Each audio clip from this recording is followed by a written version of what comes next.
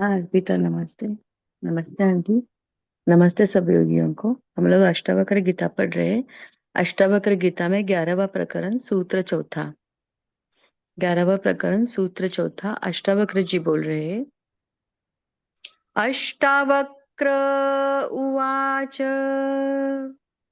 सुख दुखे जन्म मृत्यु दैवादेवति निश्चयी साध्यादर्शी निरायासः कुर्वन्नपि न लिप्यते सुख दुःखे जन्म मृत्यु दैवादेवति निश्चयी साध्यादर्शी निरायासः कुर्वन्नपि न लिप्यते। सुख दुख जन्म मृत्यु दैव योग से ही होता है। ऐसा निश्चय वाला व्यक्ति साध्य कर्मों को देखता हुआ और निरायास कर्मों को करता हुआ भी उनमें लिप्त नहीं होता। सुख दुख जन्म मृत्यु दैव योग से ही होता है। ऐसा निश्चय वाला व्यक्ति साध्य कर्मों को देखता हुआ और निरायास कर्मों को करता हुआ भी उनमें लिप्त नहीं होता। हरिओम।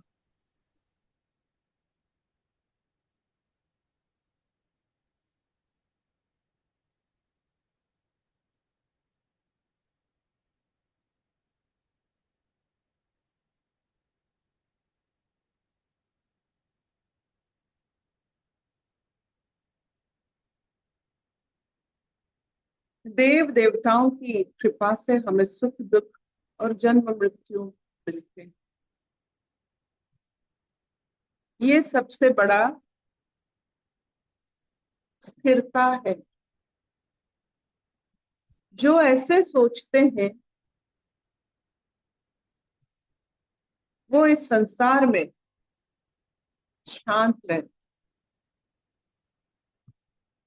तो और एक सोच ऐसा भी हो सकता है कि ये जन्म मृत्यु सुख दुख प्रयासों के साथ जुड़ा होता है। जो आजकल सब सोचते हैं कि प्रयास करने से सब कुछ यहाँ मिलता है, सबका संभवता होता है प्रयास। आपने देर से उठा, आपको पहुंचना है कहीं और, तो आप प्रयास से क्या कर सकते हो? गाड़ी जल्दी चला सकते हो। जिससे ज्यादा गड़बड़ी हो सकता है, क्या कर सकते हो प्रयास से? तो प्रयास से क्या होता है? आप प्रयास से सिर्फ साधना कर सकते हो, फल नहीं। हम इंसान, हम गीता में भी जैसे कृष्ण बताए हैं कि तू कर्म कर सकता है। तो हर कर्म का फल क्या मिलेगा? तेरे कर्मों के अधीन नहीं है, तेरे प्रयास के अधीन नहीं है, वो मेरे अधीन। हम लोग तो ये मर्त में अपने इम्तिहान देते देते, झगड़ते झगड़ते, प्रयास करते करते फल की जैसे हमें एक आदी हो गए कि हमने सब कुछ ठीक किया, हमें फुल मार्क मिलने चाहिए। लेकिन ये साधना में नहीं होता है। आपके प्रयासों से आपको फल नहीं मिलता। आप सिर्फ साधना कर सकते हैं। ये सारे फल देव देवियों की कृपा है। इसको समझने के लिए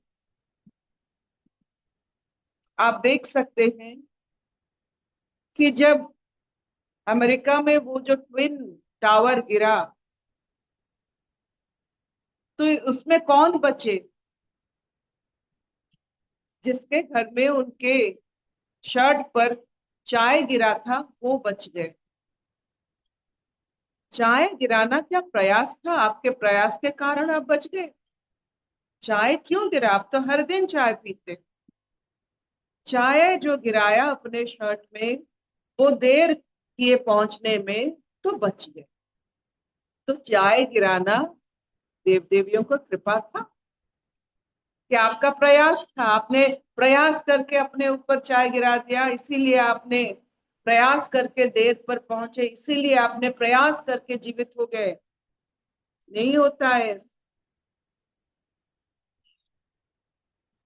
तो ये जो जानता है वो साधना करता है, साध्य करता है। साधना हमारे क्या है यहाँ?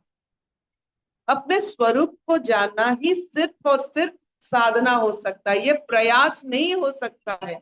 आप प्रयास करके स्वरूप को नहीं जान पाओगे, साध्य साधना करके जान पाओगे। एक ही काम है, अपने स्वरूप को जानना और हर चीज को देव देवियों का कृपा मानकर और निर्लिप्त हो जाना इन कर्मों के फल से, क्योंकि फल ईश्वर देते हैं, वो आपके कर्म के साथ जुड़ा नहीं रहता। आप प्रयास करके फल को असीमित नहीं कर सकते। प्रयास के साथ फल का कोई लेना देना नहीं। आपको जो कुछ मिला, आप सोचते हो आपके प्रयास के कारण, तो आप ही जैसा जो प्रयास करके आप ही जैसा बनेगा, आपका भाग्य भोगेगा? नहीं होता है ऐसा।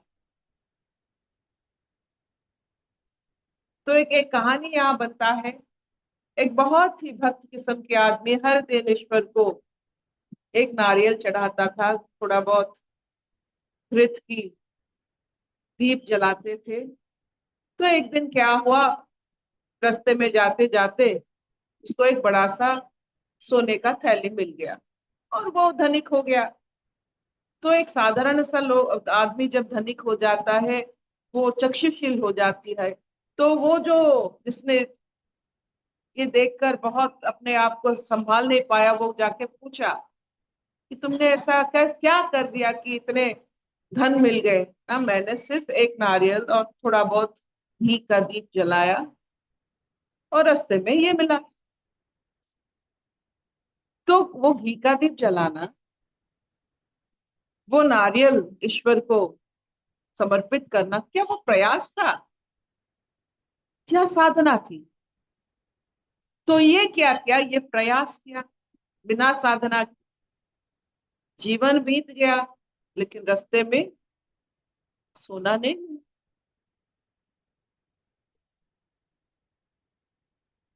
तो आज का जो सारांश है कि प्रयास से कुछ नहीं होता है।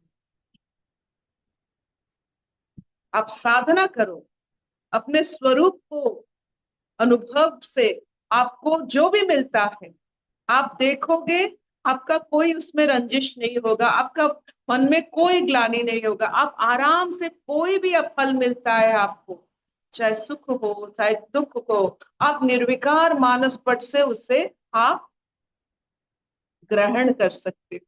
ये जो सब चीज को, सुख दुख मृत्यु जीवन ग्रहण करने की बात, वो आपकी स्वरूप की साधना से बनती है। यहाँ जो प्रयास, ये फल, ये इसका कोई तालमेल नहीं है। कभी मत सोचना कि प्रयासों के कारण आपको फल मिला है। नहीं, ये हो ही नहीं सकता।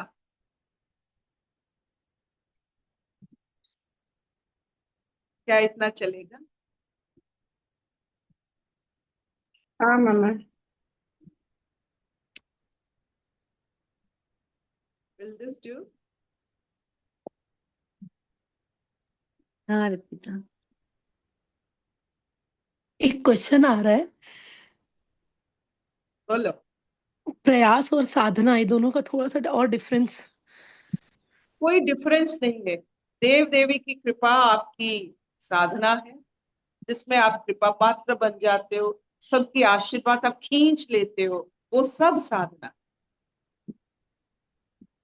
जो आप अहंकार के लिए करते हो, कुछ प्राप्ति के लिए करते हो, वो सब प्रयास।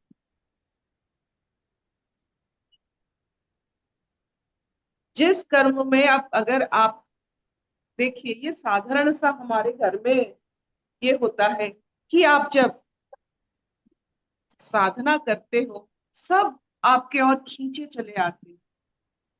जैसे आपने आज सबके लिए खीर बनाने की आपने साधना की।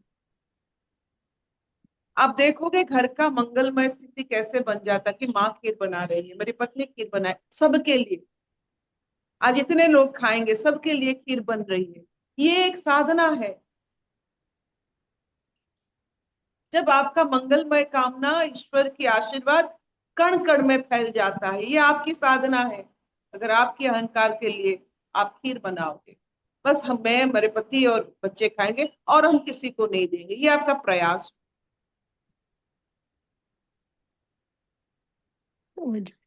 जब आप साधना करते हो, देव देवताओं की कृपा पात्र भी बन जाते हैं। तो ऐसे हम कर्म करें जिसमें देव देवी ना चाहते हुए भी हमें आशीर्वाद, ये सब साधना है।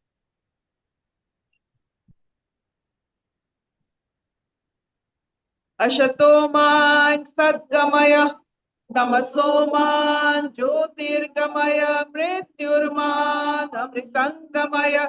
सर्वे सुखिनः सन्तु, सर्वे सन्तु निरामया, सर्वे भद्राणि पश्यन्तु, मा कश्चित् दुःखभाग् भवेत्। ॐ शांति शांति शांति। साधना रत रखकर आप पूरे कृपा पात्र बन जाइए, आपको पता ही नहीं चलेगा फल चाहिए नहीं चाहिए, जो मिला बस बढ़िया मिला, देख लीजिए। Thank you mama.